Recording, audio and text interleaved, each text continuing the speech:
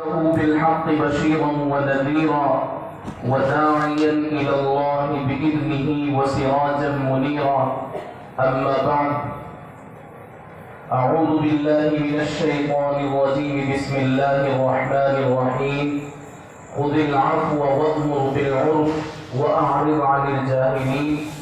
وقال تعالى: إنك لعلى خلق عظيم. صدق اللہ العلی العظیم. آج کی اس روحانی اور نورانی مجلس کے صدر محترم حضرت مولانا محمد صاحب خازن جمعیت علماء راجستھان، حضرت مولانا محمد رفیق صاحب ناظم اعلیٰ جامعہ علم العلوم بساؤ، حضرت قاری و مقری نور محمد صاحب استاد شعبہ تجوید و قراءت دارالعلوم پوکھرن، دیگر تمامی علماء اکرام اور قابل احترام زندہ دل مسلمانوں،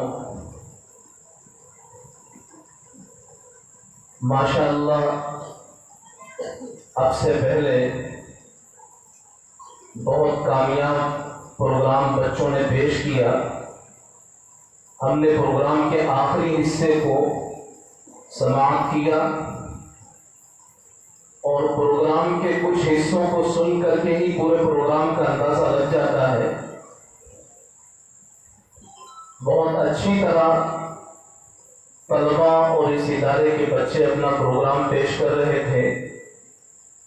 میں اس پر تہ دل سے ادارے کے محتمم، یہاں کے اساتذہ، کارکنان، ان سب کو مبارکباد پیش کرتا ہوں. ابھی مجھ سے پہلے حضرت مولانا محمد عرفان صاحب گفتگو فرما رہے تھے. نبی علیہ السلام کی تعریف اور تعارف پر انہوں نے بہت کافی شافی گفتگو فرمائی. اس کے اعادے کی میں ضرورت محسوس نہیں کر رہا ہوں کہ دوبارہ پھر اسی موضوع کو بیان کیا جائے. اللہ تعالیٰ سے دعا ہے کہ اللہ حضرت مولانا کے بیان کی ہوئی باتوں کو ان پر ہم سب کو عمل کرنے کی توفیق نصیب فرمائے. موجودہ حالات اور ملک میں رہنے اور بسنے والوں کا طور طریق جناب رسول اللہ صلی اللہ علیہ وسلم کے حوالے سے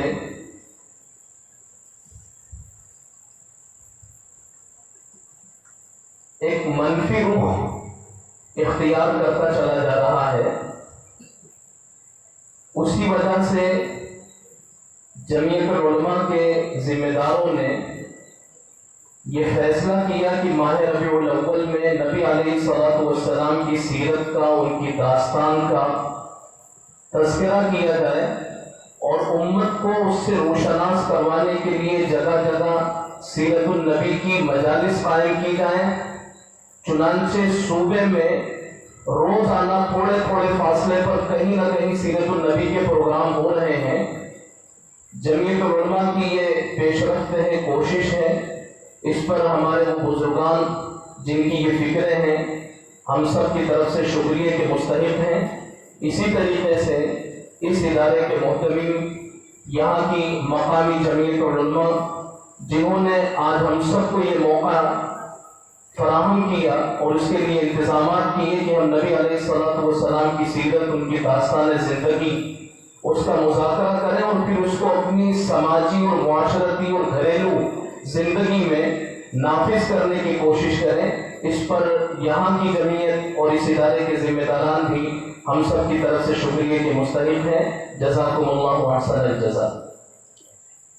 حضرات، نبی پاک علیہ السلام کے متعلق اللہ تبارک و تعالیٰ قرآن پاک میں بیان فرماتے ہیں: لَقَدْ كَانَ لَكُمْ فِي رَسُولِ اللَّهِ أُسْوَةٌ حَسَنَةٌ، کہ ہم نے تمہارے لیے نبی علیہ السلام کی ذات میں ایک بہترین نمونہ رکھا ہے. انسان کی طبیعت ہے کہ انسان ہر چیز میں نمونہ دیکھنا چاہتا ہے. کوئی بھی کام ہو تو وہ کس طرح کا ہونا چاہیے، اس کا نمونہ کیا ہو. تو یہ انسان کی طبیعت ہے اور طبیعت کی کمزوری ہے. اسی طبیعت کی کمزوری کو ملحوظ رکھتے ہوئے اللہ تبارک و تعالیٰ نے انسانوں کو زندگی گزارنے کا ایک نمونہ نبی پاک علیہ الصلوۃ والسلام کی شکل میں عطا فرمایا. اللہ تبارک و تعالیٰ نے ہم اور آپ کو بہت بڑی بڑی نعمتیں عطا فرمائی ہیں، لیکن اللہ نے کبھی کسی نعمت پر احسان نہیں جتلایا. اللہ نے ہمیں ہماری زندگی دی ہے، ہمارے ماں باپ دیے ہیں، یہ بڑی بڑی مخلوقات، چاند، ستارے، زمین، آسمان، آبشار، کہکشاں اور یہ تمام کی تمام مخلوقات اللہ تبارک و تعالیٰ نے پیدا فرمائی، لیکن کبھی احسان نہیں جتلایا. نبی علیہ الصلوۃ والسلام کی ذات گرامی وہ اللہ کی اتنی بڑی نعمت ہے کہ جب اللہ تبارک و تعالیٰ نے وہ نعمت انسانوں کو عطا فرمائی اور نبی علیہ السلام کو دنیا میں مبعوث فرمایا، دنیا میں بھیجا، تو احسان جتلایا. قرآن پاک نے اس کو بیان کیا، لَقَدْ مَنَّ اللَّهُ عَلَى الْمُؤْمِنِينَ إِذْ بَعَثَ فِيهِمْ رَسُولًا، کہ اللہ تبارک و تعالیٰ نے ایمان والوں پر احسان کیا کہ ان میں ایک رسول بھیج دیا. معلوم ہوا کہ کائنات کی تمام مخلوقات میں سب سے بڑی مخلوق اللہ تو خالق ہے، اللہ کے علاوہ جو کچھ ہے وہ مخلوق ہے. تو کائنات کی مخلوقات میں سب سے بڑی مخلوق وہ نبی علیہ الصلوۃ والسلام کی ذات ہے، اور اس پر اللہ تبارک و تعالیٰ نے احسان جتلایا ہے. ایک مرتبہ ایک صحابی نبی علیہ الصلوۃ والسلام کے پاس آئے اور آ کر کے ایک عجیب و غریب سوال کیا. ہماری ایمانی ذمہ داری ہے اور انسان ہونے کے اعتبار سے بھی ہماری ذمہ داری ہے کہ ہم نبی علیہ الصلوۃ والسلام سے محبت کریں، اس لیے کہ کسی سے محبت کرنے کے لیے جتنی چیزیں ضروری ہوتی ہیں، انسان جس کسی وجہ سے کسی سے محبت کرتا ہے وہ تمام کی تمام وجوہات نبی علیہ السلام کی ذات میں موجود ہیں. جب تمام ہی وجوہات نبی علیہ السلام کی ذات میں موجود ہیں تو ہماری عقلی ذمہ داری بھی ہے، ایمانی ذمہ داری بھی ہے اور انسانی ذمہ داری بھی ہے کہ ہم نبی علیہ السلام سے محبت کریں. انسان محبت کرتا ہے یا تو جمال کی وجہ سے، کسی کی خوبصورتی سے متاثر ہو کر، کبھی کسی کے کمال اور ہنر سے متاثر ہو کر محبت کرتا ہے، کبھی کسی کے اخلاق سے متاثر ہو کر، کبھی کسی کا خاندانی کیریکٹر اور حسب و نسب کو دیکھ کر اس سے متاثر ہوتا ہے، اس سے محبت کرنے لگتا ہے، کبھی کسی کے کارناموں کو دیکھ کر اور اس کے کردار کو دیکھ کر متاثر ہوتا ہے اور اس سے محبت کرنے لگتا ہے. نبی علیہ السلام کو جس رخ سے بھی بھانپیں گے اور جس طرح بھی جانچنے کی کوشش کریں گے، نبی علیہ الصلوۃ والسلام کی ذات کامل اور مکمل نظر آئے گی. جب آپ کی ذات کامل اور مکمل ہے تو ہمیں آپ علیہ السلام سے محبت کرنی چاہیے، اور اس محبت میں ہمارا اور آپ کا فائدہ ہے. ایک صحابی آئے نبی علیہ السلام کے پاس اور آ کر کے کہنے لگے، یا رسول اللہ متی تقوم الساعہ. ایک عجیب و غریب سوال کیا انہوں نے. سوال یہ کیا کہ یا رسول اللہ یہ بتلائیں قیامت کب قائم ہوگی، متی تقوم الساعہ، قیامت کب آئے گی.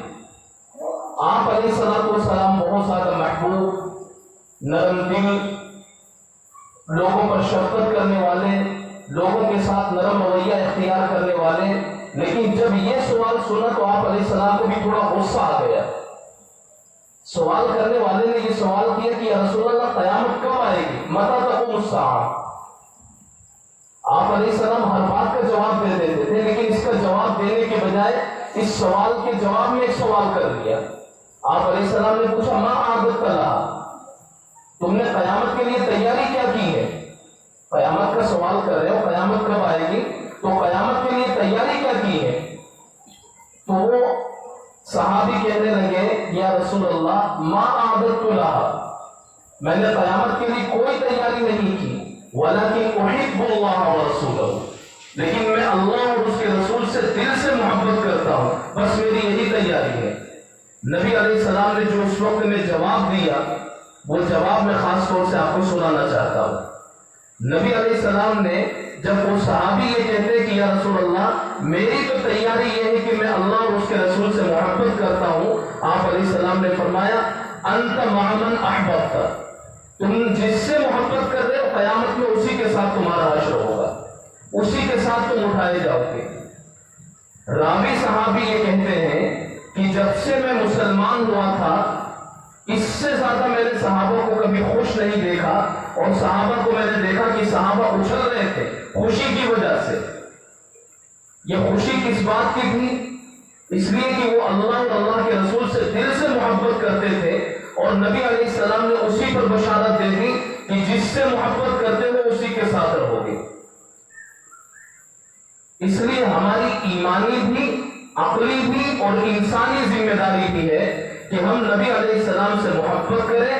جب محبت کرنے کے لیے جتنی چیزیں ضروری ہوتی ہیں، کسی کو معشوق بنانے کے لیے، کسی کو محبوب بنانے کے لیے، کسی پر فدا ہونے کے لیے، کسی پر دل نچھاور کرنے کے لیے، اور کسی پر سب کچھ لٹا دینے کے لیے جن جن چیزوں کی ضرورت ہوتی ہے وہ تمام چیزیں نبی علیہ السلام کی ذات میں موجود ہیں۔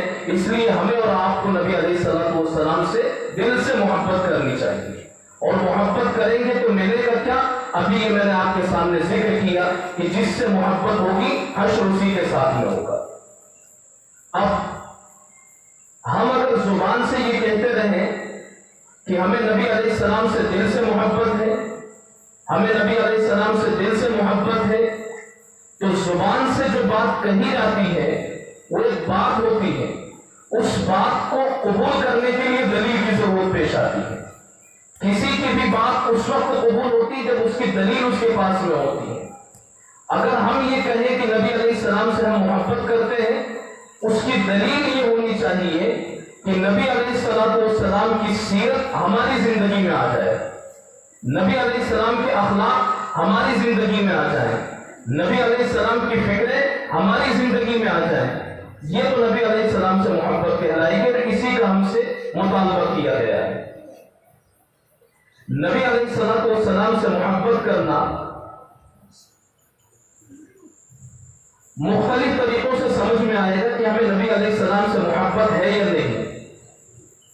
یہ نبی علیہ السلام کی سیرت کی محفل ہے۔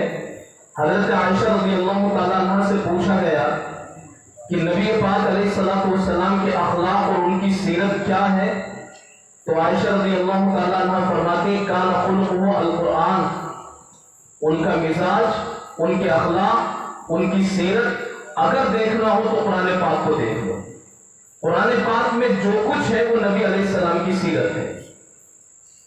تو میں اس مجلس میں نبی علیہ السلام کی سیرت کچھ ان کی حدیثوں سے اور کچھ قرآن پاک کے ذریعے سے مختصر وقت میں آپ کے سامنے رکھنے کی کوشش کرتا ہوں۔ اگر ہم نبی علیہ السلام کے امتی ہیں اور نبی علیہ السلام سے دل سے محبت کرتے ہیں، نبی علیہ السلام سے ہم عشق کرتے ہیں، تو وہ عشق ہماری زندگی میں نظر آنا چاہیے۔ اور وہ نظر کس طریقے سے آئے گا؟ ہماری جو سماجی اور گھریلو زندگی ہے، ہماری سماجی اور گھریلو زندگی جڑی ہوئی ہوتی ہے ماں باپ سے۔ اگر ہم نبی علیہ السلام کے عاشق ہیں، نبی علیہ السلام سے دل سے محبت رکھتے ہیں، تو ہمیں ماں باپ کا احترام، ماں باپ کا ادب، ان کی فرما برداری اور ان کے ایک ایک حکم کو ماننا، یہ تمام چیزیں ہمارے لیے ضروری ہوں گی۔ ماں باپ کا کیا مقام اور کیا مرتبہ ہے، کچھ قرآن سے سمجھیے اور کچھ حدیث سے سمجھیے۔ اللہ تبارک و تعالیٰ نے اپنے حق کے ساتھ میں قرآن پاک میں ماں باپ کے حق کو ایک ساتھ جوڑ کر کے بیان کیا ہے۔ ہم سمجھتے نہیں کہ ماں باپ کتنی بڑی نعمت ہے، یہ تو سب جانتے ہیں کہ سب سے بڑا درجہ اللہ کا ہے۔ اللہ نے قرآن پاک میں جہاں اپنا تذکرہ کیا ہے، وہاں بہت سی جگہوں پر ساتھ ساتھ میں والدین کو بھی جوڑ دیا ہے۔ وَإِذْ أَخَذْنَا مِيثَاقَ بَنِي إِسْرَائِيلَ لَا تَعْبُدُونَ إِلَّا اللَّهَ وَبِالْوَالِدَيْنِ إِحْسَانًا وَقَضَىٰ رَبُّكَ أَلَّا تَعْبُدُوا إِلَّا إِيَّاهُ وَبِالْوَالِدَيْنِ إِحْسَانًا، کہ تمہارے رب نے تمہارے لیے فیصلہ کیا کہ اس کے سوا کسی کی عبادت مت کرنا، والدین کے ساتھ حسن سلوک کرنا۔ وَاعْبُدُوا اللَّهَ وَلَا تُشْرِكُوا بِهِ شَيْئًا وَبِالْوَالِدَيْنِ إِحْسَانًا. اللہ کے ساتھ شرک مت کرنا، والدین کے ساتھ حسن سلوک کرنا.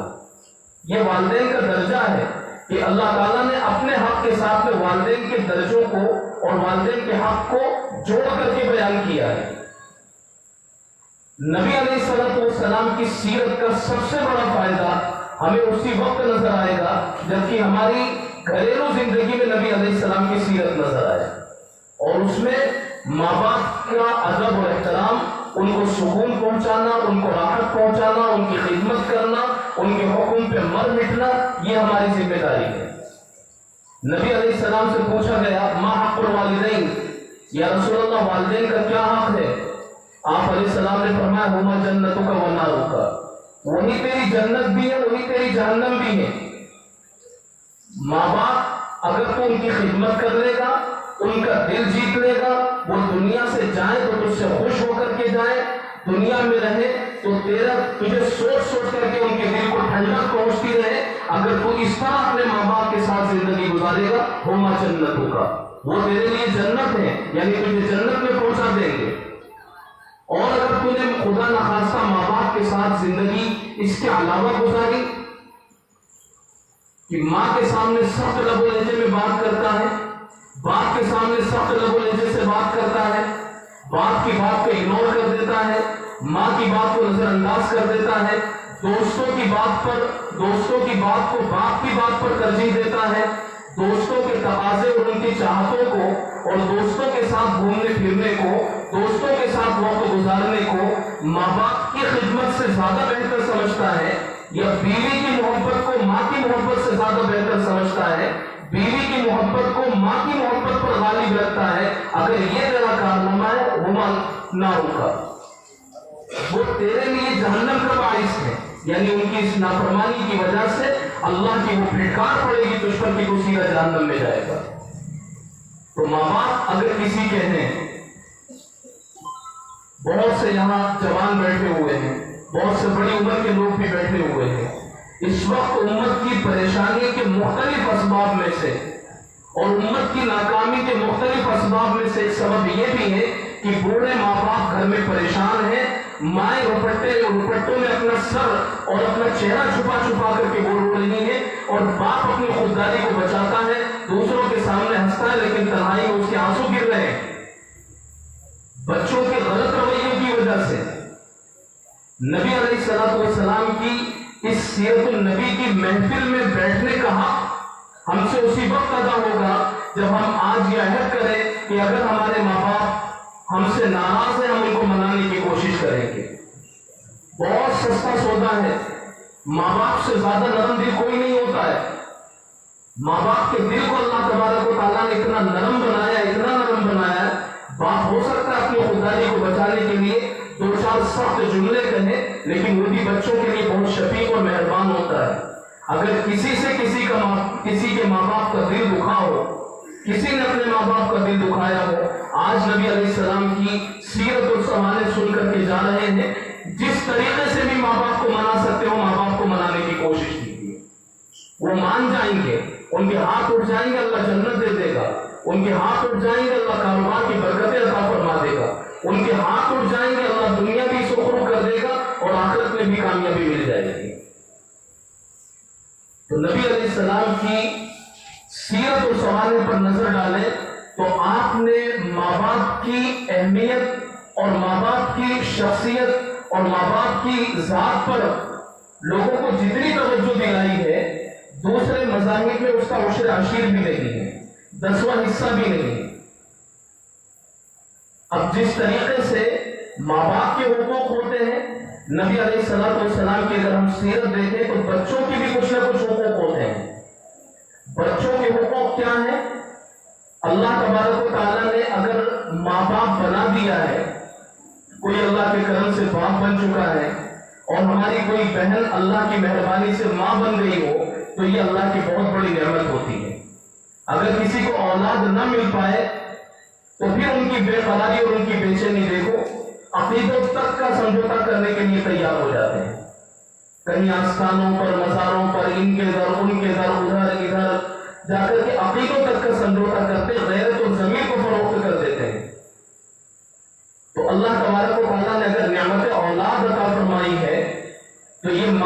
کے لیے بہت بڑی نعمت ہے. اس نعمت کی قدر بھی کرنی چاہیے اور اللہ کا شکر بھی ادا کرنا چاہیے. وہ نعمت کی قدر اور اللہ کا شکر کیسے ادا ہوگا؟ ایک تو زبان سے اللہ کا شکر ادا کیا جاتا ہے، اور ایک اللہ کا شکر یہ ہے کہ نعمت کا جو حق ہے وہ حق ادا کر دیا جائے. اب بچوں کے سلسلے میں نعمت، یہ جو بچوں والی نعمت ہے، اس کا حق کیا ہے؟ 3 حقوق اس کے بیان کیے جاتے ہیں. جب بچہ پیدا ہو اس کا مناسب نام رکھ دیا جائے، اچھا نام رکھیں جو صحابی جیسا ہو یا کسی نبی کی طریقے کا نام ہو. آج کل یہ جو ایک سسٹم چل پڑا ہے کہ اے سے نام ہونا چاہیے، بی سے نام ہونا چاہیے، یو سے نام ہونا چاہیے، فلاں سے ہونا چاہیے اور لیٹر سے ہونا چاہیے. نام نبی علیہ الصلوۃ والسلام سے ملتا جلتا ہو، حضرات صحابہ سے ملتا جلتا ہو، نبیوں سے ملتا جلتا نام ہو، تو ان کے نام پر اپنے بچوں کا نام رکھیں گے تو نام کا اثر بھی طبیعتوں پر آتا ہے. اس نام کی وجہ سے بچے نیک بنیں گے، بچے بھولے بھالے بنیں گے، طبیعت ان کی سیدھی ہوگی. تو پہلا حق ہے بچوں کا اچھا نام رکھا جائے، اور دوسرا حق ہے بچوں کی اچھی تعلیم دلوائی جائے. بچوں کو اچھی تعلیم دلوائی. اچھی تعلیم کس کو کہا جائے گا؟ اچھی اور بہتر تعلیم یہ ہے کہ جس میں بچہ اللہ کو ماننا اور اللہ کی ماننا، رسول کو ماننا اور رسول کی ماننا سیکھ جائے، وہ اچھی تعلیم ہے. قرآن کو سمجھ جائے، حدیث کو سمجھ جائے، سماج کے کیا حقوق ہیں، رشتہ داری کس طریقے سے نبھائی جاتی ہے، گھر میں کس طرح رہا جاتا ہے، شادی ہو جائے تو شادی کے بعد سسرالی رشتوں کو کس طریقے سے نبھایا جاتا ہے، بیوی کے ساتھ کس طریقے سے گزر اوقات کیا جاتا ہے. یہ تمام طریقے یہ دینی تعلیم کے طریقے ہیں. یہ باپ کی ذمہ داری ہے، ماں کی ذمہ داری ہے کہ بچوں کو اس طرح کی تعلیم دلوائے. اور پھر وقت کے تقاضوں کے اعتبار سے جس تعلیم کی ضرورت ہو، ماڈرن ایجوکیشن جس کو کہا جاتا ہے، آدھنک شکشا، وقت کے ساتھ ساتھ اس کی بھی ضرورت پڑتی ہے. تو وہ تعلیم بھی بچوں کو دلوائیں، لیکن وہ تعلیم اتنی نہ ہو کہ جس سے بچہ اپنے اصل مقصد کو بھول جائے. خود دلوائیں جہاں تک پہنچا سکتے ہیں. 12ویں کا اور BA کا یہ تو آج کے دور میں کوئی شمار میں ہی نہیں ہے. اتنی اگر تعلیم بچوں کو دلوائی تو کچھ بھی نہیں دلوایا. اس کے آگے پڑھاؤ، بچوں کو زیادہ سے زیادہ پڑھاؤ. ایک بچہ اگر پڑھ لے گا، ہماری قوم کا کوئی بچہ MA کر لے، PhD کر لے، ماسٹر ڈگری اس کے پاس میں ہو، اور پوری بستی میں سے اگر کوئی IAS IPS آفیسر بن جائے، کوئی کلیکٹر بن جائے، تقدیر بدل جاتی ہے، صورت بدل جاتی ہے، علاقوں کی صورت بدل جاتی ہے، برادری کی صورت بدل جاتی ہے، آواز بلند ہوتی ہے، ایک سورس ملتا ہے، اس سے ایک سپورٹ ملتا ہے قوم کو. بچوں کو پڑھائیے، بہت پڑھائیے، لیکن یہ جو بنیادی چیز ہے جس کا میں نے ابھی تذکرہ کیا، اللہ، اللہ کے رسول، رشتہ داری اور یہ تمام چیزیں، یہ بچوں کی زندگی میں ضرور شامل ہو جائے کہ اللہ کو ماننا، اللہ کی ماننا، رسول کو ماننا، رسول کی ماننا، قرآن کو سمجھنا، حدیث کو سمجھنا، صحابی، نبی، ان تمام چیزوں کو، رشتہ داریوں کو اور سماجی ذمہ داریوں کو سمجھنا، یہ بچوں کو آ جائے. یہ تعلیمیں دلوانا ماں باپ کی ذمہ داری ہوتی ہے. اور تیسرا حق ماں باپ کا کہ جب مناسب عمر میں بچہ یا بچی پہنچ جائے، اچھا رشتہ مل جائے، جلدی سے جلدی ان کی شادی کر دی جائے. شادی ہو جو سنت کے مطابق ہو. یاد رکھیے گا کہ جو کام بھی سنت کے مطابق ہوتا ہے اس میں اللہ کی طرف سے برکتیں آتی ہیں. شادی بچوں کی جب کروائی جا رہی ہو، اس وقت میں اگر نبی علیہ السلام کی سنتوں کو ملحوظ رکھیں گے کہ آپ علیہ السلام نے اپنی بیٹی کو کس طرح رخصت کیا، آپ علیہ السلام کے زمانے میں جب کسی صحابی کا یا کسی نوجوان کا نکاح ہوا تو نکاح کس طریقے سے ہوا تھا، کتنے لوگ تھے، کیا کھانا تھا، کس طرح کے مہمان آئے تھے، کتنے دن میں پروگرام ہو گیا تھا، کتنے منٹ میں ہو گیا تھا، کتنے گھنٹے میں ہو گیا تھا. جب وہ چیز ہم اس معاشرے کی اور اس زمانے کی دیکھیں گے اور اپنے گھروں میں اور اپنے پروگرام میں اس کو شامل کرنے کی اور نافذ کرنے کی کوشش کریں گے، اس حیثیت سے اور اس طرح سے جو رشتہ ہوگا اس رشتے میں برکتیں آئیں گی. اور بچوں کی شادی اگر کروا رہے ہو یا کسی کی بھی شادی ہو رہی ہو نبی علیہ السلام کی سنتیں اس وقت میں پامال ہو رہی ہوں اور آپ علیہ السلام کی سنتوں کی دھجیاں اڑائی جا رہی ہوں تو وہ رشتہ آئندہ چل کر کے ٹوٹے گا یا دل ٹوٹیں گے، مشکل سے نبھا ہو پائے گا، مشکل سے نبھا ہو پائے گا، دونوں طرف جھگڑے چلتے رہیں گے۔ اس لیے کہ نبی علیہ السلام کا دل اگر ٹوٹ گیا تو آپ علیہ السلام کے دل ٹوٹنے کے بعد میں کسی کا دل پرسکون رہ جائے، یہ ہو نہیں سکتا ہے۔ اور آپ علیہ السلام کی جو سنتیں پامال کی جاتی ہیں، آپ کا دل دکھتا ہے، اس سے آپ کا دل دکھتا ہے۔ اس لیے بچوں کی شادی کروانا یہ تیسرا حق ہے، لیکن وہ شادی اس نوعیت سے ہو کہ جس میں جناب رسول اللہ صلی اللہ علیہ وسلم کی سنتوں کو ہم اپنے پروگرام میں جگاتے ہیں۔ قرآن پاک میں ایک جگہ فرمایا کہ ان السمع والبصر والفؤاد كل اولئک کان عنہ مسئولا یا ایھا الذین آمنوا ان جاءکم فاسق بنبأ فتبینوا ان تصیبوا قوما بجہالہ فتصبحوا علی ما فعلتم نادمین۔ یہ ہمارے اور آپ کے پاس، ہر گھر میں، بلکہ گھر کے ہر فرد کے پاس میں، دو نہیں تو ایک تو موبائل ضرور ہے، ہر گھر میں ہے، گھر کے ہر فرد کے پاس میں تقریباً دو نہیں تو ایک تو ہے ہی۔ قرآن پاک میں کہا گیا ان السمع والبصر، کہ یہ جو کان ہے، یہ جو آنکھیں ہیں، یہ جو دل ہے، ان تمام چیزوں کے بارے میں اللہ تبارک و تعالیٰ کے یہاں سوال کیا جائے گا۔ یہ سیل فون اللہ تبارک و تعالیٰ نے ہمیں عطا فرمایا ہے، اس سے ہم بہت کچھ اچھائیاں بھی حاصل کر سکتے ہیں، اور اگر اس کا منفی اور نیگیٹو استعمال کیا جائے تو اس سے گناہ در گناہ میں ہم مبتلا ہو سکتے ہیں۔ اس سے غلط سنا جائے، اس سے غلط دیکھا جائے، یا اس کے کچھ مناظر دیکھ کر کے دل میں برے خیالات لائے جائیں۔ یہ موبائل کا استعمال انسان، اس طرح کا استعمال انسان کو جہنم تک لے کر کے جائے گا۔ اللہ تبارک و تعالیٰ کے یہاں کان کا، آنکھ کا، دل کا، یہ تمام صلاحیتیں، ان صلاحیتوں کا سوال ہوگا۔ اس لیے اور نبی علیہ السلام نے فرمایا النظر سہم من سہام ابلیس، کہ نظر یہ تیر شیطان کے تیروں میں سے ایک تیر ہے۔ اگر یہ موبائل کے اسکرین پر یہ نظر پڑ رہی ہے اور موبائل کے اسکرین پر خدا نخواستہ کوئی غلط چیز ہے، کوئی غلط پوسٹ ہے، فحش منظر ہے، تو اس کی وجہ سے ہم نے بدنگاہی کی، اور بدنگاہی کی تو ہم گناہ میں مبتلا ہو گئے۔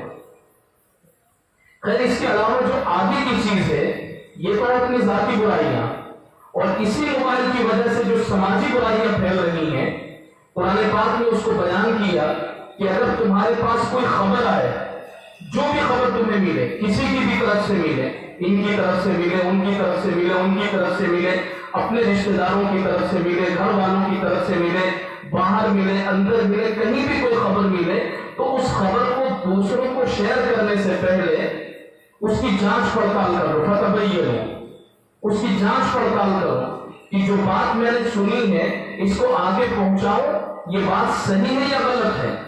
تو آگے پہنچانے سے پہلے اس کی تحقیق، اس کی جانچ پڑتال کی جائے۔ اگر وہ بات ایسی ہے کہ ہاں اعتماد کے قابل ہے، صحیح ہے، تو پھر اس بات کو آگے پہنچانا چاہیے، اور اگر وہ بات بھروسے کے قابل نہ ہو، یہ بات جھوٹی ہو، تو اس بات کو آگے نہ پہنچایا جائے۔ یہ قرآن پاک کا فیصلہ ہے۔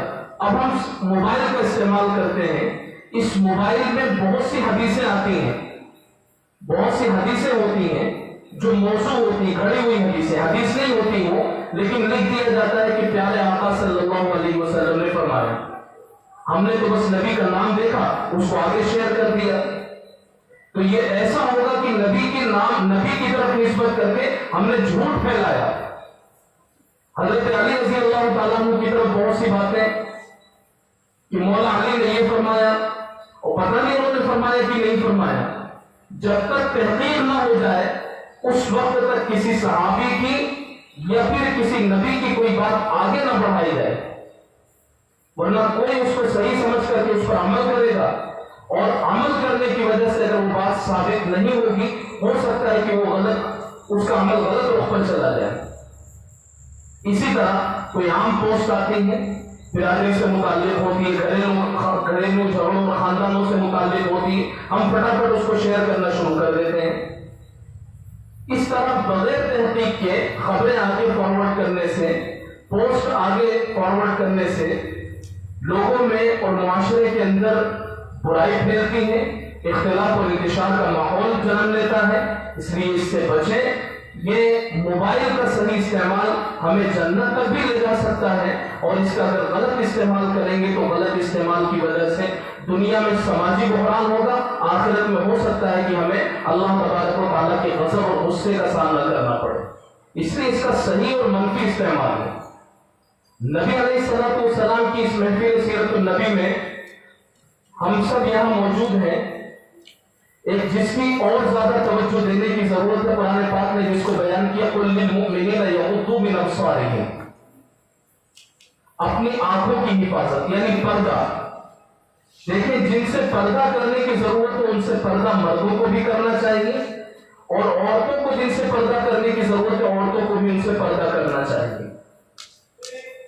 ایک مرتبہ نابینا صحابی عبداللہ ابن ام مکتوم رضی اللہ تعالیٰ عنہ، ایک مرتبہ وہ تشریف لا رہے تھے اور نبی علیہ الصلوۃ والسلام کی زوجہ مطہرہ آپ کے ساتھ میں تھیں، تو جب وہ آنے لگے، نابینا ہے، نظر نہیں آ رہا ان کو، آپ علیہ السلام کی بیوی ان کے ساتھ میں ہے، آپ علیہ السلام نے ان کو دیکھا تو اپنی بیوی سے یہ کہا کہ تم پیچھے چلی جاؤ، پردے میں چلی جاؤ۔ انہوں نے کہا کہ یا رسول اللہ ان کو نظر تو نہیں آ رہا ہے، تو آپ علیہ السلام نے فرمایا ان کو نظر نہیں آ رہا لیکن تمہیں تو نظر آ رہا ہے، یعنی تم تو ان کو دیکھ سکتی ہو۔ معلوم یہ ہوا کہ مردوں کو بھی عورتوں سے پردہ ہے اور عورتوں کو بھی مردوں سے پردہ کرنا چاہیے۔ اب اس پردے کے لیے اپنے آپ کو مناسب لباس کے اندر، ایسا لباس کہ جس لباس کو پہننے کے بعد بدن نظر نہ آئے، جس لباس کو پہننے کے بعد بدن نظر نہ آئے۔ اب لباس پہننے کے جو آداب ہیں، فقہاء نے جو اس کے آداب بیان کیے ہیں، وہ آداب یہ ہے کہ لباس اتنا موٹا ہونا چاہیے کہ جس سے اندر کی کھال نظر نہ آئے، اور لباس اتنا ڈھیلا ہونا چاہیے کہ جس سے جسم کی بناوٹ نظر نہ آئے۔ لباس موٹا بھی ہو، جو کپڑا پہن رہے وہ کپڑا تھوڑا موٹا بھی ہو جس سے اندر کی کھال کی رنگت نظر نہ آئے، اور یہ خاص طور سے عورتوں کو اس چیز کا خیال رکھنا ضروری ہے۔ اس لیے کہ نبی علیہ الصلوۃ والسلام نے فرمایا بہت سی عورتیں عاریات کاسیات مائلات ممیلات، بہت سی عورتیں ایسی ہوں گی جو کپڑے بھی پہنے ہوئے ہوں گی لیکن کپڑے پہننے کے باوجود وہ برہنہ نظر آئیں گی، دوسروں کی طرف مائل بھی ہوں گی اور دوسروں کو اپنی طرف مائل بھی کریں گی۔ اس طرح کا ان کا رہن سہن ہوگا۔ پھر ان کا انجام بیان کیا کہ ایسی عورتیں جہنمی ہیں۔ تو نبی علیہ الصلوۃ والسلام کی سیرت کی اس محفل میں ہم بیٹھے ہوئے ہیں، تو نبی علیہ السلام کی سیرت جو بچیوں سے متعلق ہے، عورتوں سے متعلق ہے، وہ خاص طور سے لباس کا خیال رکھنا، پردے کا خیال رکھنا، رشتوں کا خیال رکھنا، یہ ان کی ذمہ داری ہے۔ ہم دین کی بات یہاں سن رہے ہیں، نبی علیہ السلام کی سیرت سن رہے ہیں، ہمیں انہی باتوں کو اپنی مستورات تک اور اپنے گھروں میں اپنی ماؤں تک، بہنوں تک، بیٹیوں تک، بہوؤں تک ان تمام چیزوں کا مذاکرہ کرنا چاہیے۔ تو بے پردگی سماج میں بے حیائی کو جنم دیتی ہے، اور بے حیائی کی وجہ سے اخلاق لوگوں کے فاسد ہوتے ہیں، اور اخلاق جب فاسد ہوتے ہیں تو سماج بگاڑ کا شکار ہو جاتا ہے۔ اس لیے بے پردگی سے مردوں کو بھی حفاظت کرنا چاہیے اپنے آپ کی، اور عورتوں کو بھی خود اپنی حفاظت کرنا چاہیے، اور ہمیں اپنی مستورات کو بے پردگی سے بچانے کی کوششیں کرنی چاہیے کہ عورتیں بے پردگی سے محفوظ رہ سکیں۔ نبی علیہ الصلوۃ والسلام کی ایک اہم تحریک اور نبی علیہ الصلوۃ والسلام کا ایک اہم کام ہم دیکھیں تو آپ علیہ الصلوۃ والسلام نے اتحاد اور اتفاق کو اور آپس میں میل جول کو بہت زیادہ ترجیح دی۔ ایک موقع پر آپ علیہ السلام نے فرمایا تَرَى الْمُؤْمِنِينَ فِي تَرَاحُمِهِمْ وَتَعَاطُفِهِمْ وَتَوَادِّهِمْ كَمَثَلِ الْجَسَدِ، کہ آپ دیکھیں گے ایمان والوں کو آپس میں رحم و کرم کے اعتبار سے، مہربانی کے اعتبار سے، میل جول کے اعتبار سے، كَمَثَلِ الْجَسَدِ، وہ ایک جسم کی طرح ہوں گے. اذا اشتكى عضو تداعى له سائر الجسد بالسهر والحمى. یہ جسم کا اگر کوئی ایک عضو پریشان ہو جاتا ہے تو پورا جسم بخار محسوس کرنے لگتا ہے. نبی علیہ الصلوۃ والسلام نے ہمارے پورے انسانی سماج کو، یعنی جو مسلم انسانی سماج ہے، تمام مسلمانوں کو ایک جسم کی طرح بیان فرمایا.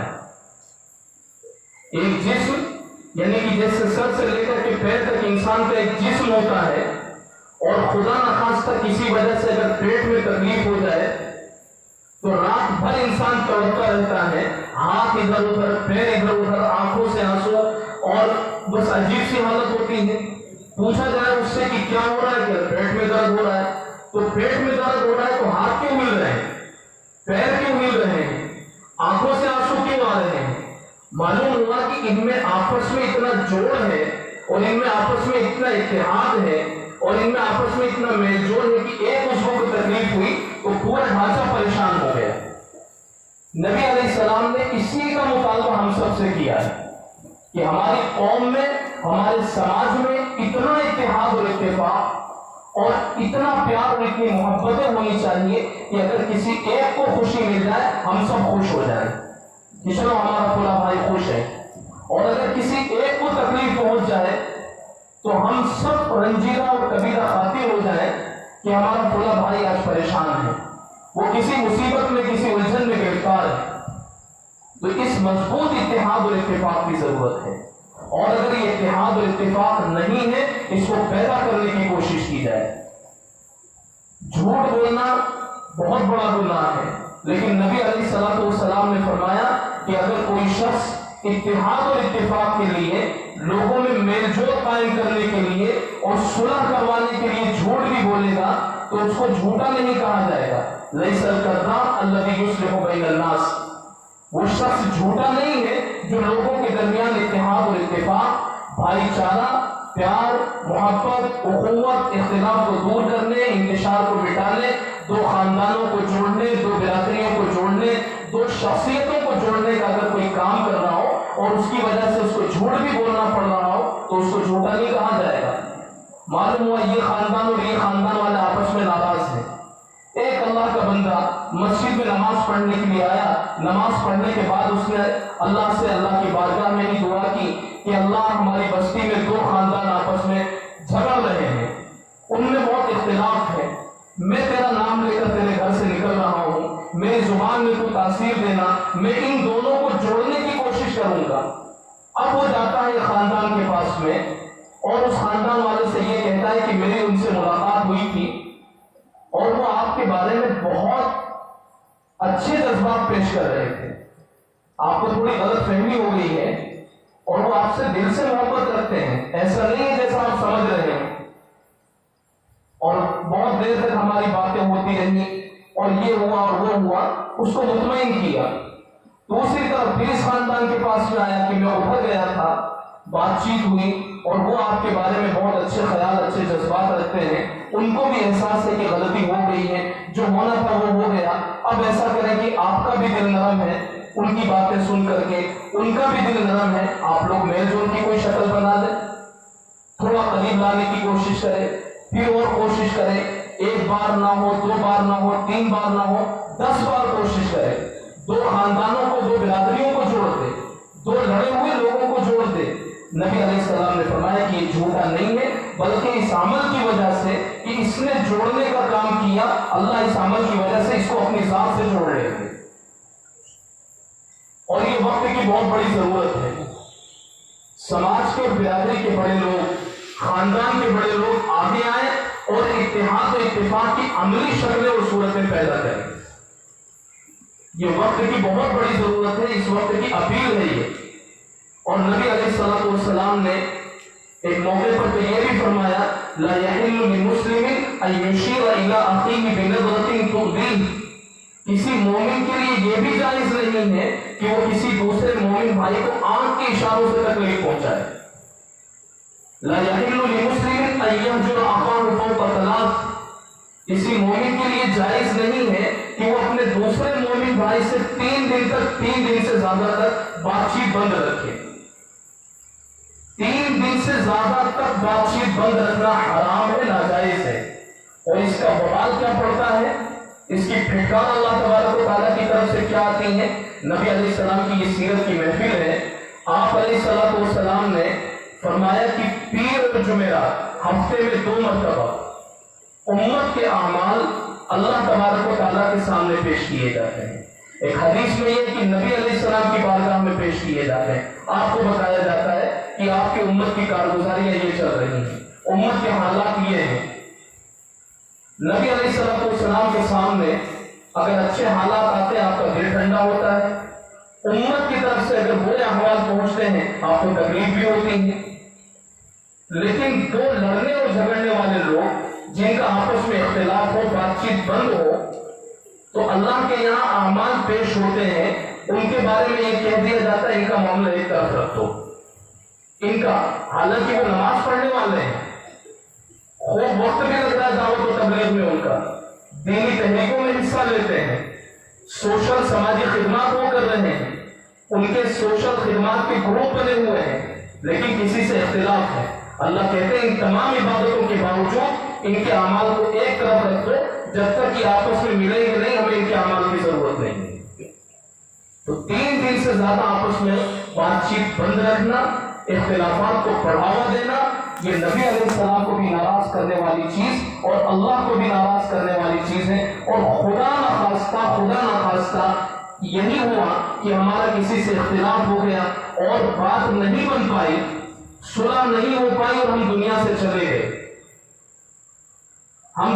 چلے گئے، نہ جانے کس طرح کا حشر ہوگا۔ اللہ تعالیٰ ہماری اس سے حفاظت فرمائے اور آپس میں اتحاد اور اتفاق قائم کرنے کی صورتیں مہیا فرمائے۔ دیکھو، آپ علیہ السلام کی ایک مکی زندگی، ایک مدنی زندگی ہے۔ جب تک آپ مکہ المکرمہ میں تھے تو مکہ المکرمہ میں بہت مظلومانہ زندگی آپ گزارتے تھے، آپ کو دبایا جاتا تھا، کبھی سماجی بائیکاٹ آپ کا، کبھی سوشل بائیکاٹ آپ کا کیا جاتا تھا، آپ بہت چھپ کر دب کر اپنی اور مسلمانوں کی دینی ذمہ داریوں کو نبھایا کرتے تھے، ان کی دینی تربیت کیا کرتے تھے، لیکن بہت چھپ کر دب کر یہ سارا کام ہوتا تھا۔ جب ہجرت کر کے مدینہ المنورہ تشریف لے گئے تو نقشہ ہی بالکل بدل گیا، پورا پاور آپ علیہ السلام کے ہاتھ میں آیا اور اختیار آپ علیہ السلام کے ہاتھ میں۔ جب آپ علیہ السلام کے ہاتھ میں پاور آیا تو معاشرے کو بدلنے کے لیے اور سماج کو بہتر رخ دینے کے لیے آپ علیہ السلام نے کچھ بڑے فیصلے لیے تھے۔ وہ 3 بڑے فیصلے ہیں۔ مکی زندگی میں آپ پریشان، مجبور، دبے ہوئے اور آپ کا مشن، آپ کی محنت بہت دھیمی رفتار سے آگے بڑھ رہی تھی، لیکن مدینہ المنورہ میں جیسے ہی آپ آئے نقشہ بدلا ہوا ہے اور آپ کے ہاتھ میں پاور آیا ہے۔ آپ علیہ السلام نے پاور آنے کے بعد میں سماج کو بدلنے کے لیے جو فیصلے لیے وہ 3 طرح کے فیصلے تھے۔ کتنے فیصلے تھے بھائی؟ پہلا فیصلہ نبی علیہ السلام کا تھا، آپس میں اتحاد اور اتفاق کرواؤ، خوب محبتیں بڑھاؤ۔ تو نبی علیہ السلام نے مکہ سے آنے والے اور مدینہ میں رہنے والے مسلمانوں کو آپس میں ملایا اور ملا کر کے ان میں خوب پیار محبت کا ماحول بنایا آپ نے۔ اسی طرح وہاں مدینہ المنورہ میں خود رہنے والے جن کے دلوں میں آپس میں دوریاں تھیں، ان کے دلوں کو آپ نے جوڑا۔ پہلا فیصلہ تھا آپ علیہ السلام کا اتحاد اور اتفاق، کہ آپس میں خوب اتحاد اور اتفاق آئے۔ اور دوسرا جو فیصلہ تھا نبی علیہ السلام کا وہ تجارت کا، بزنس کا، کہ سماج کو، معاشرے کو مضبوطی دینے کے لیے تجارت کا اور بزنس کا سسٹم ہونا چاہیے۔ اور اس وقت آپ نے جوائنٹ بزنس کا فارمولا لوگوں کے سامنے پیش کیا کہ جو مکہ المکرمہ سے آئے تھے ان کے پاس کچھ بھی نہیں تھا، جو مدینہ المنورہ میں رہنے والے تھے ان کے باغات تھے، ان کے پاس کھیتیاں تھیں۔ آپ علیہ السلام نے ان دونوں کو جوڑا اور جوڑ کر کے یہ کہا کہ جس کے پاس مال ہے وہ مال لگائے، جس کے پاس مال نہ ہو وہ اپنی محنت لگائے، اور جوائنٹ بزنس کا فارمولا آپ نے دیا۔ اس طریقے سے وہ سماج جس میں کچھ کمزور تھے، باہر سے آئے ہوئے مہاجر، اور کچھ مضبوط تھے، یہ آپس کے اس بزنس اور کاروبار کی وجہ سے وہ سب کے سب اتنے مضبوط ہو گئے کہ مدینہ المنورہ کی منڈی میں، وہاں کی مارکیٹ میں یہودی چھائے ہوئے تھے، لیکن نبی علیہ السلام کی اس جوائنٹ بزنس کا فارمولا پیش کرنے کی وجہ سے مدینہ المنورہ کی منڈی پر تھوڑے ہی دنوں میں صحابہ کا قبضہ ہو گیا. دھیرے دھیرے خریدتے چلے گئے، آگے سے آگے بڑھتے چلے گئے. تو سماج کو مضبوطی دینے کے لیے پہلا فیصلہ آپ علیہ السلام کا اتحاد و اتفاق کا تھا، اور دوسرا فیصلہ نبی علیہ السلام کا بزنس، معاملات، اور معاملات کے سلسلے میں آپ علیہ السلام فرماتے ہیں جب بھی کسی سے کوئی لین دین کرو، آپس میں معاملہ کرو، تو آپ نے فرمایا تعاشروا کالاخوان، زندگی گزارو بھائیوں کی طرح، لیکن جب معاملہ کرو تعاملوا کالاجانب، اجنبیوں کی طرح معاملہ کرو. دو سگے بھائیوں میں بھی اگر کوئی لین دین ہو رہا ہو ادھار کا یا قرض کا یا کسی بھی طرح کا، تو اس کو اجنبیوں کی طرح کرو کہ مجھے اتنے پیسوں کی ضرورت ہے، کب دے دو گے، کتنے دن میں دو گے، اگر نہیں دو گے تو وہ پوری چیز لکھت میں لی جائے. یا ایھا الذین آمنوا اذا تداینتم بدین الی اجل مسمى فاکتبوہ. اس کا یہ مطلب نہیں کہ ایک بھائی کو دوسرے بھائی پر بھروسہ نہیں ہے. جو بھی کسی سے لین دین کرے تو لین دین اجنبیوں کی طرح کرنا چاہیے، اور زندگی آپس میں گزارے تو بھائیوں کی طرح زندگی گزارنی چاہیے. نبی علیہ السلام کی یہ حدیث ہے. اور اگر کوئی بزنس ہی کرنا چاہتا ہے سچی نیت کے ساتھ، ایمانداری اور دیانتداری کے ساتھ میں، اس کا پورا فوکس حلال بزنس پر ہے، اچھی آمدنی پر ہے، اور وہ اپنے آپ کو پورا لگا رہا ہے، کھپا رہا ہے، بھاگ دوڑ کر رہا ہے، مارکیٹ میں اپنے آپ کو لگاتا ہے، نماز کی پابندی کرتا ہے، اور پوری امانت داری دیانتداری کے ساتھ میں اگر کوئی بزنس کر رہا ہے تو نبی علیہ السلام نے فرمایا التاجر الصدوق الامین مع النبیین والصدیقین والشہداء والصالحین، کہ جو ایسا بزنس مین ہو، الصدوق سچائی اختیار کرتا ہو، الامین امانت داری کے ساتھ میں کام لیتا ہو، تو اللہ کی نگاہ میں وہ بزنس مین، اللہ کی نگاہ میں وہ بزنس مین جو مارکیٹ میں بیٹھا ہوا ہے، بازار میں بیٹھا ہوا ہے، لیکن اللہ کی نگاہ میں وہ اتنا بلند ہوتا ہے کہ اللہ اس کو نبیوں اور صدیقین اور شہیدوں کے ساتھ میں اٹھائے گے. تو سماج کی مضبوطی اور مسلم قوم کو مضبوطی دینے کے لیے نبی علیہ السلام کا جو دوسرا فیصلہ تھا، وہ دوسرا فیصلہ تھا آپس میں آپ نے تجارت اور کاروبار کو بڑھاوا دیا. اتحاد اور اتفاق پہلا فیصلہ، دوسرا فیصلہ آپ کا تجارت اور کاروبار اور بیوپار، اور تیسرا فیصلہ آپ علیہ السلام کا تھا تعلیم. تعلیم خوب دلوائی جائے. ابھی جیسا کہ میں نے شروع میں بھی عرض کیا، نبی علیہ السلام نے قرآن خود پڑھایا، اپنی حدیث صحابہ کو خود بتلائی، اور اس زمانے جیسے آج کے دور میں آدھونک شکشا میں کمپیوٹر کی ضرورت ہے، انگلش کی ضرورت ہے، وگیان کی ضرورت ہے، بھگول کی ضرورت ہے، فلسفی کی ضرورت ہے، ان تمام چیزوں کی جیسے ضرورت پیش آتی ہے، اس زمانے میں ضرورت پیش آتی تھی. میڈیکل کی آج بھی ضرورت ہے، اس زمانے میں بھی بہت ضرورت پیش آتی تھی. اس زمانے میں اور سریانی زبان کی، عبرانی زبان کی، ان زبانوں کی ضرورتیں پیش آتی تھیں. انگلش زبان کا چلن نہیں تھا، تو نبی علیہ السلام نے صحابہ کو خود شوق دلایا کہ یہ زبانیں بھی سیکھو، یہ دوسرا فن بھی سیکھو، یہ دوسری تعلیم بھی سیکھو. تو تعلیم یہ تیسرا فیصلہ تھا نبی علیہ السلام کا سماج کو مضبوطی دلانے کے لیے. اور آپ علیہ السلام کی سیرت کو سامنے رکھتے ہوئے ہمیں ایک بات اور خاص طور سے سامنے رکھنی چاہیے، وہ یہ کہ جب کسی کا انتقال ہو جائے، انتقال کے بعد میں جو بھی مرنے والے کا مال ہوتا ہے وہ اس کا مالک نہیں رہ جاتا، اس کا مالک اس کے پورے وارثین ہوتے ہیں. جو بھی اس کے ورثہ ہوتے ہیں وہ اس کے مالک ہو جاتے ہیں. جب وہ سب کے سب اس کے وارث ہیں تو چاہے مرنے والے کے بیٹے ہوں یا مرنے والے کی بیٹیاں ہوں یا اس کی بیوی ہو، وہ سب کے سب اس کے وارث ہیں، اور سب کے حصے قرآن پاک نے بیان کیے ہیں. یوصیکم اللہ فی اولادکم للذکر مثل حظ الانثیین. یہ بہت سارے علماء حفاظ بیٹھے ہوئے ہیں، ان سے آپ پوچھیں کہ قرآن پاک کے اس صفحے پر جب پہنچتے ہیں تو کتنی محنت لگتی ہے، کتنی قربانیاں لگتی ہیں اس صفحے کو یاد کرنے میں، کتنی سختیوں سے گزرنا پڑتا ہے. بہت محنت اور سختی اور جد و جہد کے بعد میں یہ صفحہ یاد ہو پاتا ہے، قرآن پاک کا یہ پیغام یاد ہو پاتا ہے۔ اور جتنی چیزیں ہیں شریعت میں، ان تمام چیزوں میں کچھ عقل بھی چلتی ہے، کچھ اجتہاد بھی چلتا ہے، لیکن وراثت ایک ایسا مسئلہ ہے کہ جس میں عقل نہیں چلتی، جس میں اجتہاد نہیں چلتا، یہ پورا کا پورا مسئلہ قرآن اور حدیث سے ہی ثابت ہے، قیاس اور اجتہاد سے ثابت ہے۔ پورا کا پورا مسئلہ اللہ تبارک و تعالیٰ نے بیان کیا یا نبی علیہ السلام نے بیان کیا، کس کا کتنا حق ہے۔ ایک واقعہ اس پر میں آپ کو مختصر سے سناتا ہوں، 2-4-5 منٹ میں اپنی گفتگو ختم کروں گا۔ ایک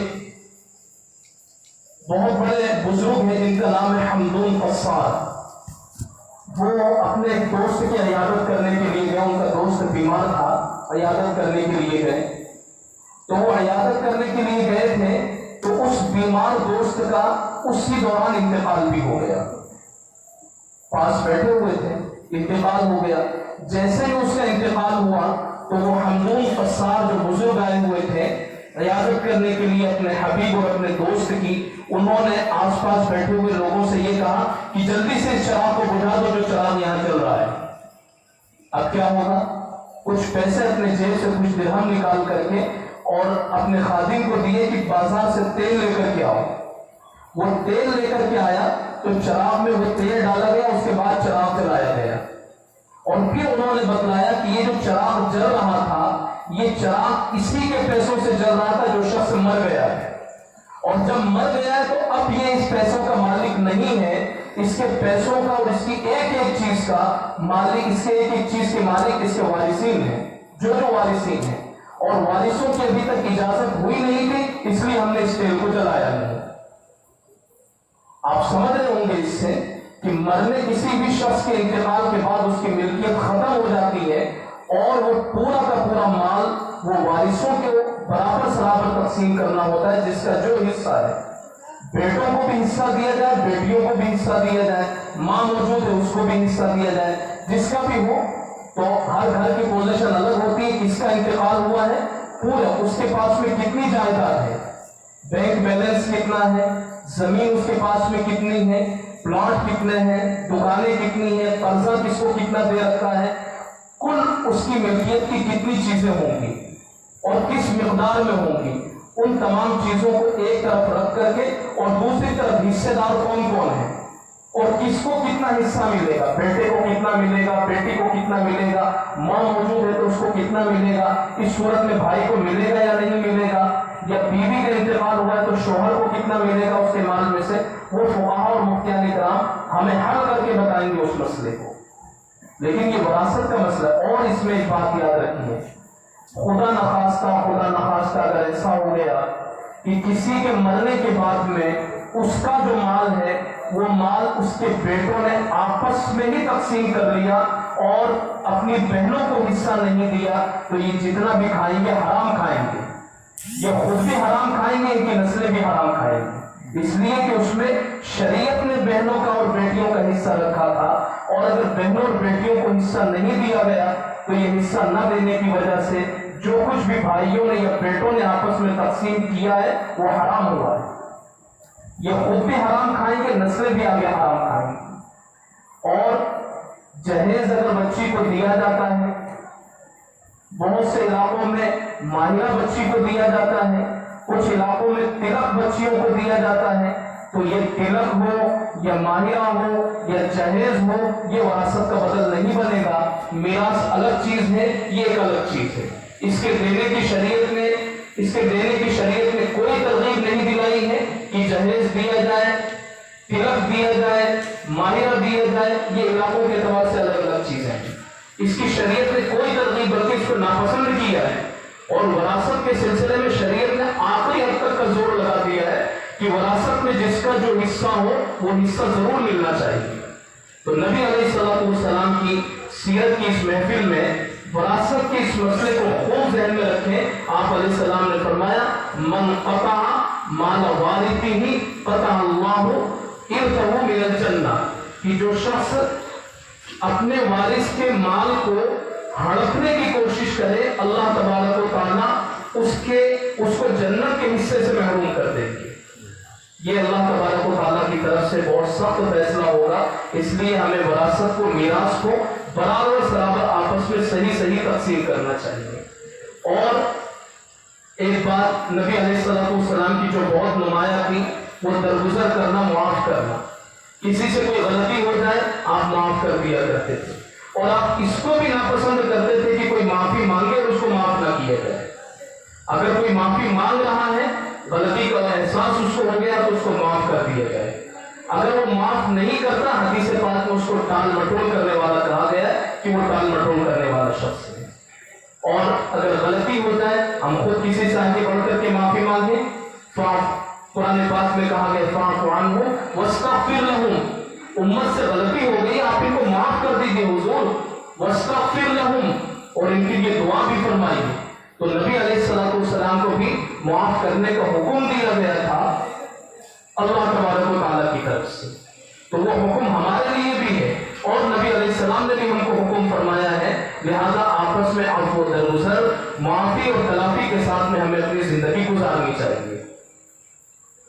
نبی علیہ السلام آخری نبی ہیں، آپ علیہ السلام کے بعد اب کوئی نبی آنے والا نہیں ہے، یہی نبوت اور اسی نبوت کا علم ہمارے لیے کافی اور شافی ہے۔ ابھی قاری نور محمد صاحب جو تلاوت کر رہے تھے، اس میں ایک آیت آئی تھی، ما کان محمد ابا احد من رجالکم ولکن رسول اللہ و خاتم النبیین، محمد تم میں سے کسی مرد کے باپ نہیں ہے، ولیکن رسول اللہ، لیکن وہ اللہ کے رسول ہیں، وہ خاتم النبیین، اور سب سے آخری نبی ہے۔ آپ علیہ السلام کے بعد اب کوئی نبی پیدا نہیں ہوگا، آپ علیہ السلام ہی آخری نبی ہے۔ اس لیے اگر کسی کے متعلق کہیں سنا جائے کہ فلاں کو آخری نبی کہا جاتا ہے، یا کبھی کوئی دعویٰ ہی کرنے لگ جائے خدا نخواستہ، وہ دعویٰ کرنے والا بھی جھوٹا ہوگا، اور اگر کسی کے متعلق کہا جا رہا ہے کہ وہ نبی ہے تو لوگ کہنے والے بھی جھوٹے ہوں گے، اور ایسا ہوگا۔ نبی علیہ السلام نے خود فرمایا تھا کہ میرے بعد 30 جھوٹے نبی آئیں گے، 30 جھوٹے نبی آئیں گے میرے بعد میں، جو نبی ہونے کا دعویٰ کریں گے، لیکن وہ جھوٹا، وہ وعدہ ان کا جھوٹا ہوگا۔ انا خاتم النبیین لا نبی بعدی، میں خاتم النبیین ہوں، میرے بعد میں کوئی نبی نہیں ہوگا، کوئی نبی پیدا نہیں ہوگا۔ ایک نبی آئیں گے حضرت عیسیٰ علیہ السلام، لیکن وہ پیدا نہیں ہوں گے، وہ پیدا ہو چکے ہیں، اللہ تبارک و تعالیٰ کے عرش پر ہیں، جب اللہ کو ان کو بھیجنا ہوگا تو وہ آ جائیں گے۔ تو کوئی نبی اب نبی علیہ السلام کے بعد میں پیدا نہیں ہوگا، آخری نبی آپ علیہ السلام ہیں۔ اور اب بس ایک آخری بات میں آپ سے یہ کہتا ہوں، ہم اور آپ نبی علیہ السلام کے امتی ہیں، تو یہ جتنی باتوں کا بھی میں نے آپ سے مذاکرہ کیا ہے، مجھے چونکہ حضرت مولانا جو مجھ سے پہلے گفتگو فرما رہے تھے، آپ علیہ السلام کی تعریف، ان کا تعارف، ان کی سوانح، ان کی زندگی، ان کا حلیہ، ان کا نقشہ انہوں نے پوری طریقے سے بیان کر دیا، تو میرا جی یہ چاہا کہ آپ علیہ السلام کی وہ باتیں اور آپ علیہ السلام کے ذریعے سے قرآن کی وہ باتیں جو ہمارے سماج اور معاشرے سے جڑی ہوئی ہیں، آج کی اس محفل سیرت النبی میں ان چیزوں کا آپ سے مذاکرہ کر لیا جائے۔ تو چاہے وہ آپ علیہ السلام سے محبت کا معاملہ ہو، یا والدین کو راضی رکھنے کا معاملہ ہو، بچوں کے حقوق نبھانے کا معاملہ ہو، موبائل کا صحیح استعمال کرنے کی جہاں تک بات ہوئی ہے، اور وہ 3 فیصلے نبی علیہ السلام کے آپ کے سامنے رکھے گئے، اپنی قوم کو اچھی تعلیم، آپس میں اتحاد و اتفاق، اور اچھا امانت داری والا بزنس اور کاروبار کرنا، یہ باتیں آپ کے سامنے رکھی گئی۔ اور پھر پردے کے متعلق بھی بات ہوئی، وراثت کے متعلق بات ہوئی آپ سے، اور عفو درگزر، میل جول، اس سے متعلق بات ہوئی، اور آپ علیہ السلام یہ خاتم النبیین ہیں، آپ کے بعد میں کوئی نبی نہیں آئے، کوئی نبی پیدا نہیں ہوگا، یہ باتیں آپ سے ہوئی ہیں۔ آخری بات جو عرض کرنی ہے وہ یہ کہ اگر ہم نبی علیہ السلام کے امتی ہیں تو جس سے محبت ہو جاتی ہے آدمی اس کے نام کی رٹ لگا لیتا ہے، جس سے محبت ہوتی ہے تو آدمی اپنے محبوب اور معشوق کے نام کی رٹ لگا لیتا ہے۔ تو ہمیں نبی علیہ السلام سے محبت ہے، بالکل ہے، اور اس کا اندازہ ہم اس سے لگاتے ہیں کہ خدا نخواستہ اگر کوئی شخص اپنے مقدر کو سیاہ کرنے کا فیصلہ کرتا ہے اور نبی علیہ السلام کی شان میں گستاخی کرتا ہے تو میری قوم کا ایک ایک فرد وہ گھر میں چین سے بیٹھنے کو نامناسب سمجھتا ہے. میری قوم کا ہر فرد سڑکوں پر نظر آتا ہے, سوشل میڈیا پر ایک بازار سرگرم ہو جاتا ہے, اس لیے کہ قوم کے جوانوں کو جوش آتا ہے, بڑوں کو جوش آتا ہے. ہم سب کچھ برداشت کر سکتے ہیں, لیکن نبی علیہ السلام کی شان میں اگر گستاخی ہو تو نہ اس کو ہم نے پہلے برداشت کیا ہے اور نہ اس کو آج ہم برداشت کریں گے. یہ جذبہ الحمدللہ میری قوم, مسلم قوم کے اندر یہ جذبہ موجود ہے. تو یہ تو ثبوت دینے کی ضرورت نہیں ہے کہ امت کو نبی علیہ السلام سے محبت نہیں ہے اور خوب ہے, اور اس کا اندازہ اس وقت پر لگ جاتا ہے جب خدا نخواستہ کبھی ایسا ہوتا ہے. اب اگر ہمیں نبی علیہ السلام سے محبت ہے, یہ کہی گئی باتوں کو ہم اپنی زندگی میں شامل کریں اور جس سے محبت ہو جاتی ہے اس کی رٹ زبان پر لگ جاتی ہے. درود شریف کثرت سے پڑھیں, نبی علیہ السلام پر درود خوب سے خوب پڑھیں. درود پڑھنے کا فائدہ کیا ہوتا ہے؟ جو شخص ایک مرتبہ درود شریف پڑھتا ہے 10 نیکیاں اس کو ملتی ہیں, 10 گناہ اس کے معاف ہوتے ہیں, 10 درجے اس کے بلند ہو جاتے ہیں. ایک مرتبہ درود شریف پڑھنے کا فائدہ یہ ہوتا ہے. اور اس کے علاوہ کا فائدہ یہ ہے کہ اگر کسی کے دماغ پہ تناؤ رہتا ہو, کسی کو ٹینشن رہتا ہو, کسی کو الجھن رہتی ہو, سکون نہ ملتا ہو اور عجیب و غریب الجھن سے زندگی گزر رہی ہو, درود شریف کا اہتمام شروع کر دیں. خوب پڑھیں درود شریف, دماغ بھی ٹھنڈا ہو جائے گا, ٹینشن ختم ہو جائے گا, بے برکتی دور ہو جائے گی, گھر میں اللہ کی رحمت نازل ہونا شروع ہو جائے گی, کاروبار میں برکتیں آ جائیں گی. اللہ تبارک و تعالیٰ نے اپنے پیارے نبی جناب رسول اللہ صلی اللہ علیہ وسلم کے نام میں بہت برکتیں رکھی ہیں. بس ضرورت اس بات کی ہے کہ ہم نبی صلی اللہ علیہ وسلم کی سیرت کو اپنی زندگی میں شامل کرنے کی کوشش کریں اور نبی علیہ السلام پر کثرت کے ساتھ ہم درود پڑھیں اور نبی علیہ السلام کی ایک ایک سنت کو سیکھ کر اس پر عمل کرنے کی کوشش کریں. فارسی کے شاعروں میں ایک بہت بڑا نام ہے مرزا بیدل کا, ایران کا رہنے والا وہ شاعر تھا.